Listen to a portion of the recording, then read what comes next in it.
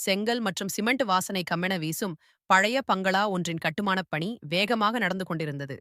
மதிய உணவு இடைவேளை முடிந்து சூரியன் உச்சியில் வெறி பிடித்து எரித்தான். மல்லிகாவும் கல்யாணியும் சேர்ந்து செங்கல் சுமந்து கொண்டிருந்தனர்.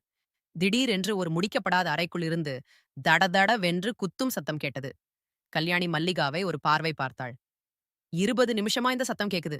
உள்ள யாரு என்று கேட்டபடி கல்யாணி சுவரோரமாக நடந்தாள். அப்போதுதான் வியர்வையை துடைத்துக் கொண்டு வெளியே வந்தாள் மல்லிகா. அவள் முகத்தில் ஏதோ ஒரு குறுகுறுப்பு. "என்னடி மல்லிகா, அறைக்குள்ள என்ன நடந்தது?" என்றாள் கல்யாணி. மல்லிகா வெட்கத்துடன் பதில் சொன்னாள்.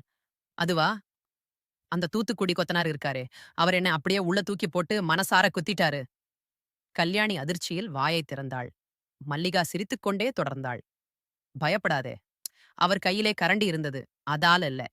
தன் பார்வையாலும் அன்பான வார்த்தைகளாலும் என் மனச தச்சு குத்தி ஓட்ட போட்டுட்டாரு. நான் நகர்த்தின மரசாமான்களின் சத்தமும் அதோட கலந்து போச்சு." கல்யாணி சந்தேகமாக அவளை பார்த்தாள். "மல்லிகா, உன் கூந்தல் களைஞ்சிருக்கு. மூச்சு பிடிச்சிருக்கு. இது சாமான்களை நகர்த்துற சத்தம் மாதிரி இல்லையே. இடையில நீ கத்துனியே, அது எதுக்கு? மரக்கட்டை உன்னை கடிச்சுதா?" மல்லிகா தடுமாறினாலும் உடனே சுதாரித்துக் கொண்டாள். "அந்த கொத்தனார் ரொம்ப வேகமான ஆளு. ஜன்னலை ஓரமாய் நகர்த்தும்போது துருப்பிடித்த கம்பி என் காலில் பலீர்னு குத்திருச்சு. வலி தாங்காம தான் கத்துனேன். அந்த கம்பியை அவரே மறுபடியும் ஓட்டைக்குள் செருகினார். அதுதான் அந்த தடதட சத்தம்." கல்யாணி சிரித்தபடி கிண்டலாய் கேட்டாள். "அவர் கம்பியை ஓட்டைக்குள்ள விட்டாரா? அல்லது வேறு எதையாவது?" மல்லிகாவின் முகம் சிவந்தது. "சீ, உனக்கு எப்பவும் இதே நினைப்புதான். அவர் கை வேலையில் கெட்டிக்காரர். ஓட்டைக்குள்ள என்ன எப்படி விடணும்னு நல்லா தெரியும்" என்று பெருமிதமாகச் சொல்லிவிட்டு வேலைக்குள் இறங்கினாள் ரீஹூக். ஆனால் கல்யாணிக்கு அன்றே ஒரு சந்தேகம் முளைத்தது. மல்லிகாவும் கொத்தனாரும் ஏன் அடிக்கடி சமையலறைக்குள் மறைகிறார்கள்? அந்த ரகசியம் என்ன? அடுத்த பாகத்தில் பார்ப்போம். 2 வாரங்கள் கடந்தன. பங்களாவின் சமையலறை பகுதியில் வேலை தீவிரமடைந்தது. முத்துவேல், தூத்துக்குடி கொத்தனார், எந்த வேலையாக இருந்தாலும் மல்லிகாவையே கூப்பிட்டார். "மல்லிகா, இந்த செங்கல்லை அடுக்கு. மல்லிகா, தண்ணி ஊத்து" என்று அவளையே சுற்றினார். கல்யாணி குறுங்கோபமாக இருந்தாள். ஒரு நாள் மல்லிகாவுடன் நெருங்கி உட்கார்ந்து நேரிடையாக கேட்டுவிட்டாள். "என்னடி மல்லிகா, நீயும் கொத்தனாரும் சமையலறைக்குள்ளே போனா 1/4 மணி நேரமே வெளியே வரமாட்டீங்க. அங்க என்ன நடக்குது?" மல்லிகா கையில் கஞ்சி குடத்தை திருப்பியபடி சமாளித்தாள். "வேலை விஷயம்தான். மேடையின் உயரத்தை சரிபார்க்கிறோம்." "உயரத்தைச் சரிபார்க்க மூச்சிரைக்கும்படி கத்துறியா?" என்று கல்யாணி குறும்பாக கேட்டாள். "அந்த கம்பி விவகாரம் மாதிரி இங்கேயும் ஏதாவது ஓட்டைக்குள்ள கம்பி விடுற வேலையா?" மல்லிகா வெட்கத்தில் தலையை குனிந்தாள். "அவர் ரொம்ப பாசமானவர். என்மேல் காதலுக்காக சமையலறை மேடையில் ஒரு சின்ன கல்லை பதிக்கிறேன் என்று சொல்வார். சில நேரம் தனிமையில் பாடும் பாட்டுக்கு நான் மயங்கிப் போய் நிற்பேன். அவ்வளவுதான்." கல்யாணி வாய்விட்டுச் சிரித்தாள். "பாட்டு மட்டும்தானா? இல்ல, அந்த மேடையில் உன்னை உடார வைத்து வேறு கணக்கு பார்க்கிறாரா? உன் கண்ணில் தெரியுது ஏதோ ஒன்று. அவர் கொத்தனார் மட்டும் இல்ல, உன் மனசைக் கட்டுற மெயின் மேஸ்திரியாவே ஆயிட்டார் போல." மல்லிகா வெட்கத்தில் அங்கிருந்து ஓடினாள். ஆனால் அன்று மதியம் வெயில் உக்கிரமாக இருந்தபோது முத்துவேல் மல்லிகாவை மீண்டும் சமையலறைக்கு அழைத்துச் சென்றதை கல்யாணி கவனித்தாள். "இன்றைக்கு விடக்கூடாது. என்னதான் நடக்கிறதென்று பார்த்து விடுவேன்" என்று முடிவு செய்தாள். யாரும் கவனிக்காத வண்ணம் சமையலறை வாசலை நோக்கி தடம் பதித்தாள். ரீஹூக். சமையலறைக்குள் என்ன நடந்தது? மல்லிகா சொன்னது உண்மையா? அல்லது கல்யாணி பார்த்தது அதிர்ச்சியை கொடுக்குமா? அடுத்த பாகத்தில் கதவு திறக்கும். சமையலறைக்குள் ஒரு மெல்லிய அமைதி. சுவர்கள் இன்னும் பூசப்படாமல் செங்கற்கள் வெளியே தெரிந்தன. முத்துவேல் கையில் கலவை கரண்டியுடன் சுவரின் மேடையை தட்டிக் கொண்டிருந்தார். மல்லிகா அருகில் நின்றாள். முத்துவேல் சொன்னார், "இந்த மேடை உன் உயரத்துக்கு ஏத்த மாதிரி இருக்கணும். நீ என் பக்கத்துல நிற்கும்போது என் தோள் அளவுக்கு நீ வந்தாதான் எனக்கு கம்பீரமாக இருக்கும்." மல்லிகா நாணத்துடன் சிரித்தாள். அவர் அவளது தோளை சரி செய்வது போல கைகளை வைத்தார். இருவருக்கும் இடையே ஒரு நிமிடம் மின்னல் தாக்கியது. அப்போதுதான் வாசலில் கல்யாணி தோன்றினாள். "என்னடி மல்லிகா, மேடையைச் சரிபார்க்கிறேன் என்றாய்? இங்கு மேஸ்திரி உன்னையே அளவெடுத்துக் கொண்டிருக்கிறாரே" என்று உரத்த குரலில் கத்தினாள். முத்துவேல் ஒரு நொடியில் பின்வாங்கினார்.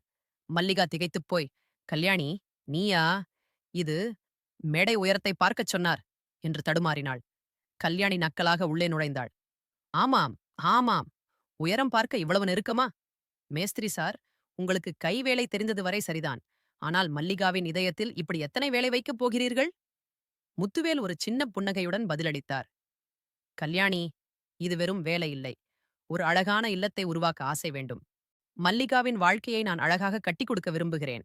இந்த வீடு முடிவதற்குள் அவள் மனதில் எனக்கான இடத்தை உறுதி செய்ய ஆசைப்படுகிறேன்." கல்யாணியின் கிண்டல் மறைந்து மென்மையான புரிதல் வந்தது. மல்லிகாவின் கண்களில் இருந்த தெளிவு உண்மையான அன்பைக் காட்டியது. கல்யாணி மல்லிகாவின் கையை பிடித்துக் கொண்டாள். சரி, உன் கொத்தனார் காதல் பற்றி இப்போதுதான் புரிகிறது. இத்தனை நாள் மறைத்தாயே. ஆனால் இனி பயப்படாதே. உனக்கு துணையாக நான் இருக்கிறேன். ரீஹூக். கல்யாணி கொடுத்த உத்தரவாதத்துக்குப் பிறகு முத்துவேலும் மல்லிகாவும் என்ன திட்டம் போட்டார்கள்? அவர்களின் காதல் கட்டுமானம் எப்படி முன்னேறியது? அடுத்த பாகத்தில் திருமணமும் குறும்பும் வரும். பங்களாவின் கட்டுமானம் முடியும் தருவாயில் கல்யாணியின் முன்னெடுப்பில் முத்துவேலுக்கும் மல்லிகாவுக்கும் எளிய முறையில் திருமணம் நடந்தது. கட்டுமான தொழிலாளர்கள் எல்லோரும் கலந்து கொண்டனர். அந்த பழைய பங்களாவே புது புன்னகையுடன் திகழ்ந்தது. திருமண இரவு. மல்லிகாவை முதல் இரவு அறைக்கு அனுப்பி வைக்கும்போது கல்யாணி கிண்டல் செய்யாமல் விடவில்லை. மல்லிகாவை மெதுவாக தள்ளியபடி சொன்னாள்.